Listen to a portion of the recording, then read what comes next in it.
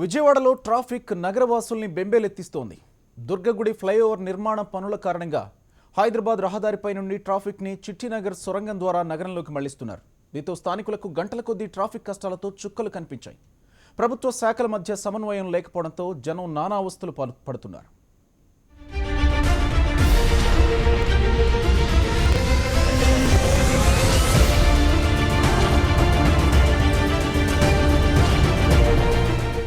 విజయవాడలో ట్రాఫిక్ కష్టాలు మళ్లీ మొదలయ్యాయి. దుర్గగుడి ఫ్లైఓవర్ నిర్మాణం నేపథ్యంలో కృష్ణా పుష్కరాల వరకు చిట్టినగర్ సొరంగ మార్గం నుండి ట్రాఫిక్ ను పోలీసులు నగరంలోకి దారి మళ్లించేవారు.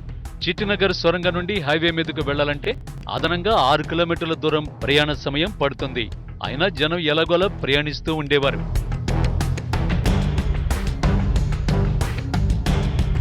పుష్కరాలను దృష్టిలో ఉంచుకుని ఫ్లైఓవర్ నిర్మాణ పనులను తాత్కాలికంగా ఆపేసి దుర్గగుడి సమీపం నుండి కూడా ట్రాఫిక్ వెళ్లేందుకు అనుమతించారు.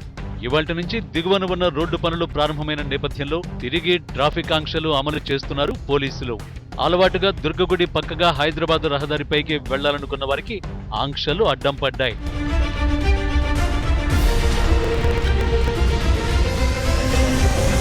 తప్పనిసరి పరిస్థితుల్లో వెనుతిరిగిన వారంతా ట్రాఫిక్ పద్మవ్యూహంలో చిక్కుకున్నారు. ఇటు దుర్గగుడి దగ్గర, అటు చిట్టినగర్ సొరంగం సర్కిల్ వద్ద విపరీతమైన రద్దీ ఏర్పడింది. నిన్నటి వరకు దుర్గగుడి సమీపం నుండి ట్రాఫిక్ అనుమతించిన పోలీసులు హఠాత్తుగా ఆంక్షలు అమలు చేయడంపై స్థానికులు ఆగ్రహం వ్యక్తం చేస్తున్నారు. కనీస సమాచారం ఇవ్వకుండా హఠాత్తుగా నిర్ణయాలు తీసుకోవడం ఏమిటని వారు ప్రశ్నిస్తున్నారు. ఇబ్బంది పడుతున్నామండి. బాగా లాంగ్ అనేసరికి మళ్ళీ 1 టౌన్ నుంచి 1 టౌన్ చిట్టినార్ నుంచి అన్ని తిరుక్కొని గొల్లపూడి వెళ్ళాలండి. ఇప్పుడు నా ఆఫీస్ గొల్లపూడి వెళ్ళాలంటే ఇప్పుడు ముందుగా మాకు ఏదైనా ఇంటిమేషన్ కానీ పేపర్ స్టేట్మెంట్ కానీ ఇస్తే అటు వెళ్ళిపోతాం కదా, మళ్ళీ ఇక్కడ దాకా రావాల్సిన పనే ఉండదు. ఇప్పుడు నిన్న కూడా ఇటే వచ్చాను, నిన్న ఈవినింగ్ నుంచి ఆపేశారు. మళ్ళీ ఇప్పుడు ఇటు డైవర్షన్ అంటే మళ్ళీ అటు తిరిగి వెళ్ళాలి కదా, అందుకని చాలా ఇబ్బందిగా ఉంది.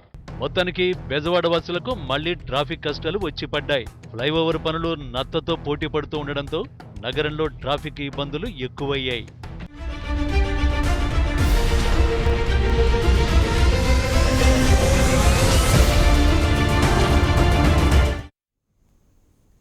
రైట్, బెజవాడలో ట్రాఫిక్ కష్టాలపై మనతో మాట్లాడేందుకు అన్నపూర్ణ గారు, మార్గం స్వచ్ఛంద సంస్థ నిర్వాహకురాలు ఫోన్ లైన్లో సిద్ధంగా ఉన్నారు. అన్నపూర్ణ గారు నమస్తే అండి.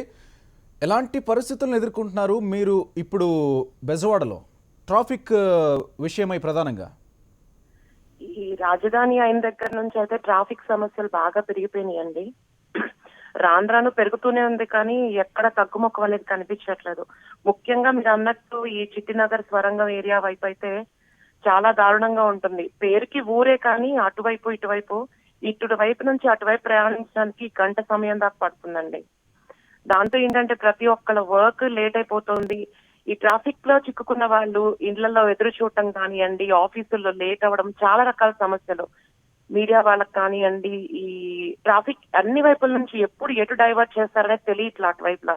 దాంతో తెలియకపోతే సతమతానికి గురవుతున్నారు అటువైపు వెళ్లే వాళ్ళంతా.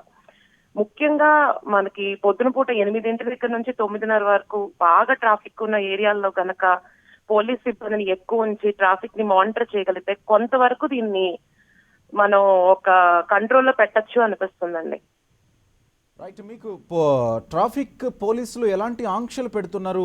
సడన్ గా కూడా ఇలా చేయడం, ఇలా ట్రాఫిక్ ని మళ్లించడం వల్ల ఎలాంటి ఇబ్బందులు పడుతున్నారు మీరు?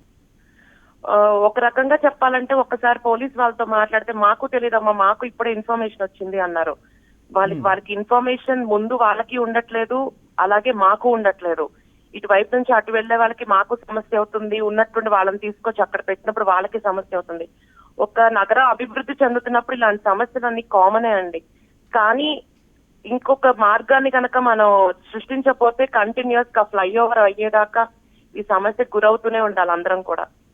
Right, thank you very much అండి అన్నపూర్ణ గారు. మనతో మాట్లాడేందుకు స్థానికుడు రవిచంద్ర ఫోన్ లైన్ లో సిద్ధంగా ఉన్నారు. రవిచంద్ర, చెప్పండి, మీరు ఎలాంటి కష్టాలు ఎదుర్కొంటున్నారు ఈ ట్రాఫిక్ సమస్యతో?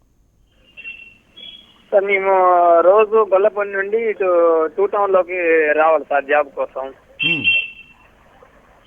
సో వీళ్ళు ఇక్కడ గొల్లపూడి నుంచి టర్న్ అయ్యి ఇటు భవానీపురం మీదుగా కాకుండా ఫ్లైఓవర్ పనుల నిర్మాణం జరగడం ద్వారా వాళ్ళు అంతా ట్రాఫిక్ డైవర్ట్ చేస్తున్నారు. ఓకే, ట్రాఫిక్ డైవర్ట్ ద్వారా మేము కబేలా, మిల్క్ ఫ్యాక్టరీ, చిట్టినగర్ నుండి 1 టౌన్ కేబిఎన్ కాలేజీ మీదుగా రైల్వే స్టేషన్ మీదుగా రావాల్సి వస్తుంది. సో నేను చేరుకునేసరికి చాలా లేట్ అవుతుందండి. ఇంతకుముందు జనరల్ గా ఆఫీస్కి వెళ్ళడానికి ఎంత సమయం పట్టేది, ఇప్పుడు ఎంతసేపు అవుతుంది? ఇప్పుడు ఇంతకుముందు ఆఫీస్కి వెళ్ళాలంటే సుమారు హాఫ్ అన్ అవర్ లోపు వెళ్ళిపోయేవాడిని, ఇప్పుడు దాదాపు గంటన్నర పడుతుంది. ట్రాఫిక్ జామ్ అయితే దాదాపు 2 అవర్స్.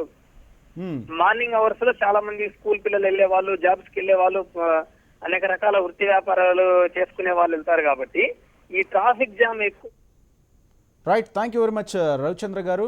రైట్, మనతో పాటు ట్రాఫిక్ డీసీపీ క్రాంతి రాణా గారు ఫోన్ లైన్లో సిద్ధంగా ఉన్నారు మాట్లాడేందుకు. క్రాంతి రాణా గారు నమస్తే అండి.